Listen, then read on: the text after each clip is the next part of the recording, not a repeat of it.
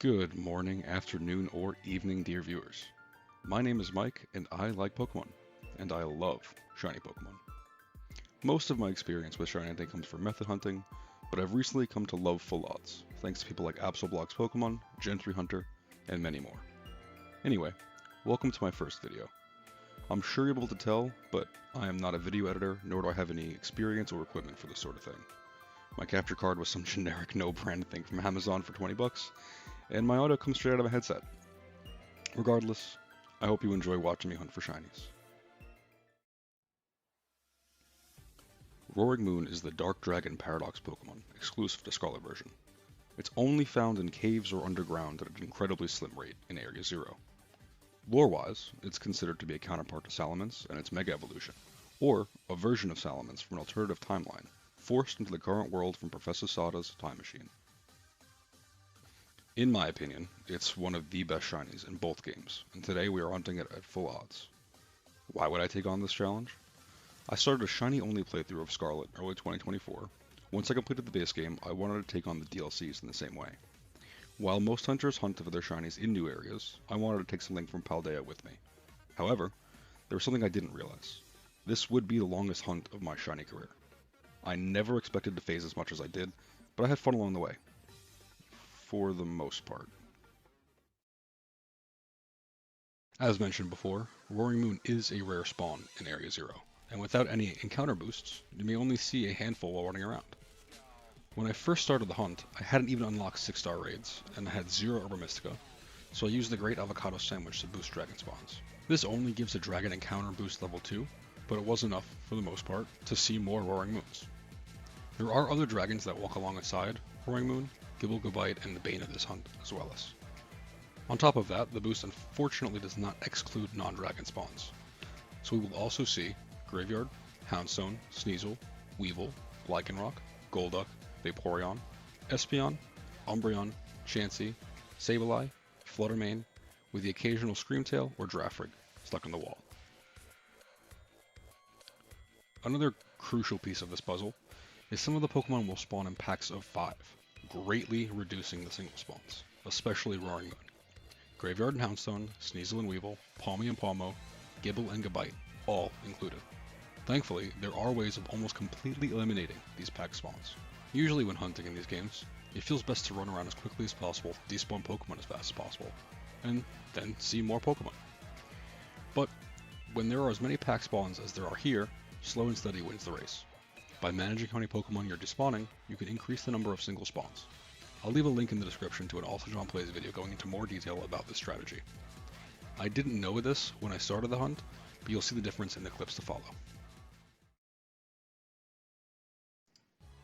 Now it's time for the good stuff. Probably the reason you clicked on this video in the first place. The shiny Pokemon. Like I mentioned, most of the footage is coming straight from the Switch recording feature, so there isn't much live audio. However, I did want my reaction to Roaring Moon to be live, so I started to fill my hard drive with OBS footage. Phase 1 of this hunt was something that I had actually expected to hunt at some other point in time, with Fluttermane, which is just a fantastic shiny, and one that's very easily huntable, but I had to skip it entirely because I got it here. Phase 2 was Palmo. Palmy and Palmo have always been kind of like a shiny hunter's rite of passage in Scarlet and Violet, so I definitely expected to see it at some point during this hunt. The next phase was Pokemon that I had seen more than I'd like to have before I started doing the despawn strategy with Graveyard. It's the first of 3 you'll see in this video.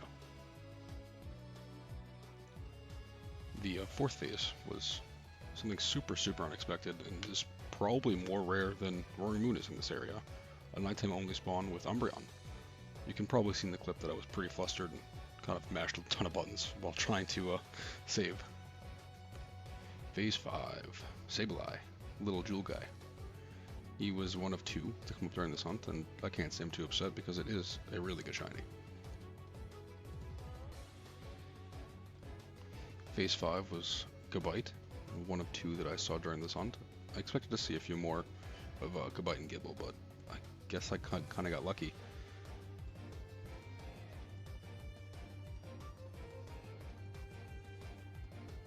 Phases 7 and 8 were both the same Pokemon, and the second and third we'll see of Graveyard.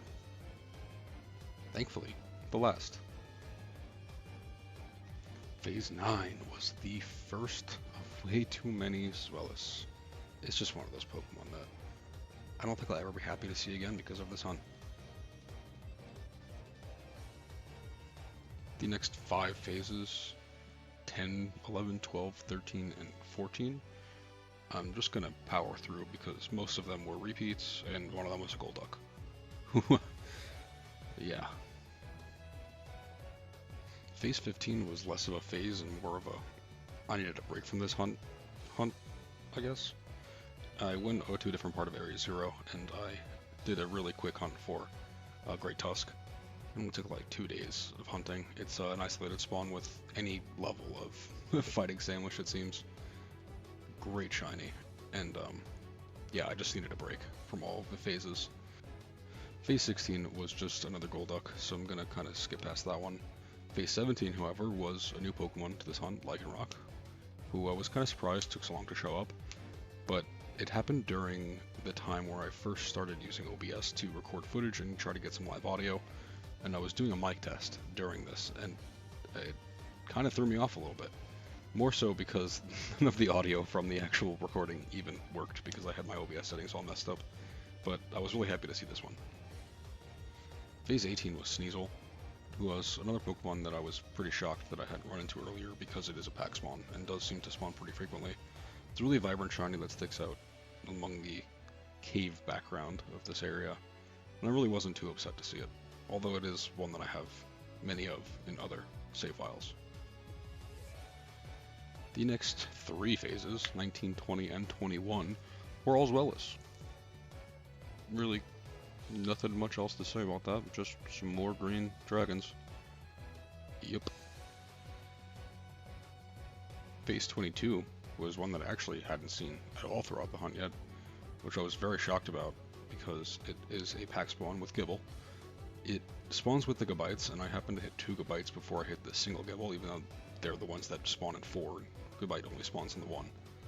So I really wasn't too upset about it at this point in the hunt. It was actually kind of a nice change of pace to see something brand new.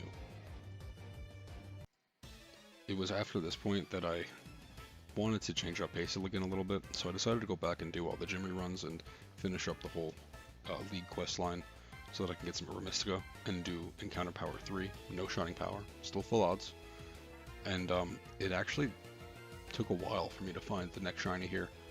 Gibble was on the 3rd of June, and this next shiny comes on the 6th of June. But because I was using a Mystica and didn't want to waste them, it was Zwellis, and I killed it. Goodbye. The 24th and final phase for Roaring Moon was actually a Chansey, and I wound up failing it because I was at this point using a Mystica, but I hadn't found a Chansey yet. And I had totally intended to save and then just redo the sandwich and just kind of blow the herba, but I totally forgot and I just reset over it. But I did capture the clip, thankfully.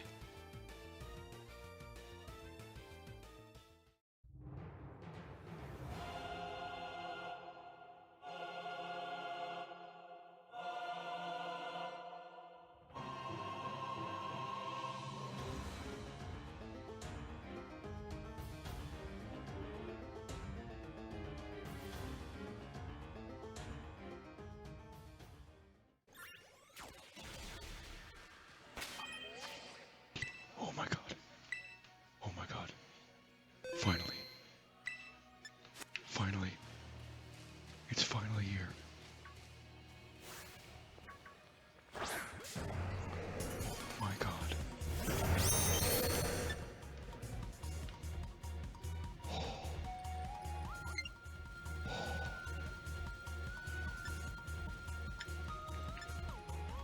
Oh my god.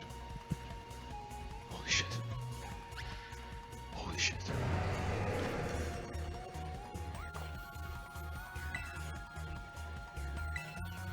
Holy shit.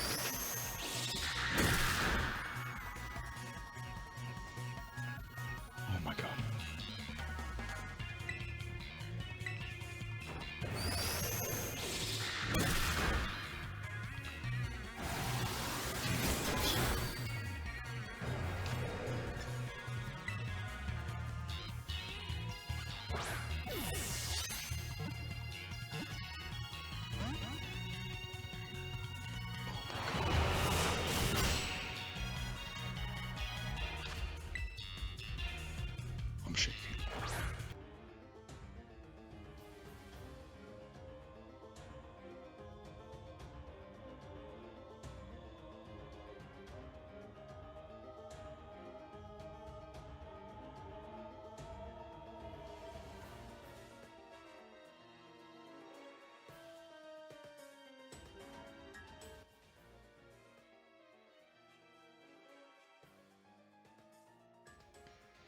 Some shiny hunts are about the journey, the path traveled to the destination.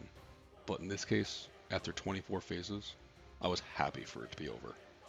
All in all, I can say it was worth it. Thank you for sticking with me through this long hunt.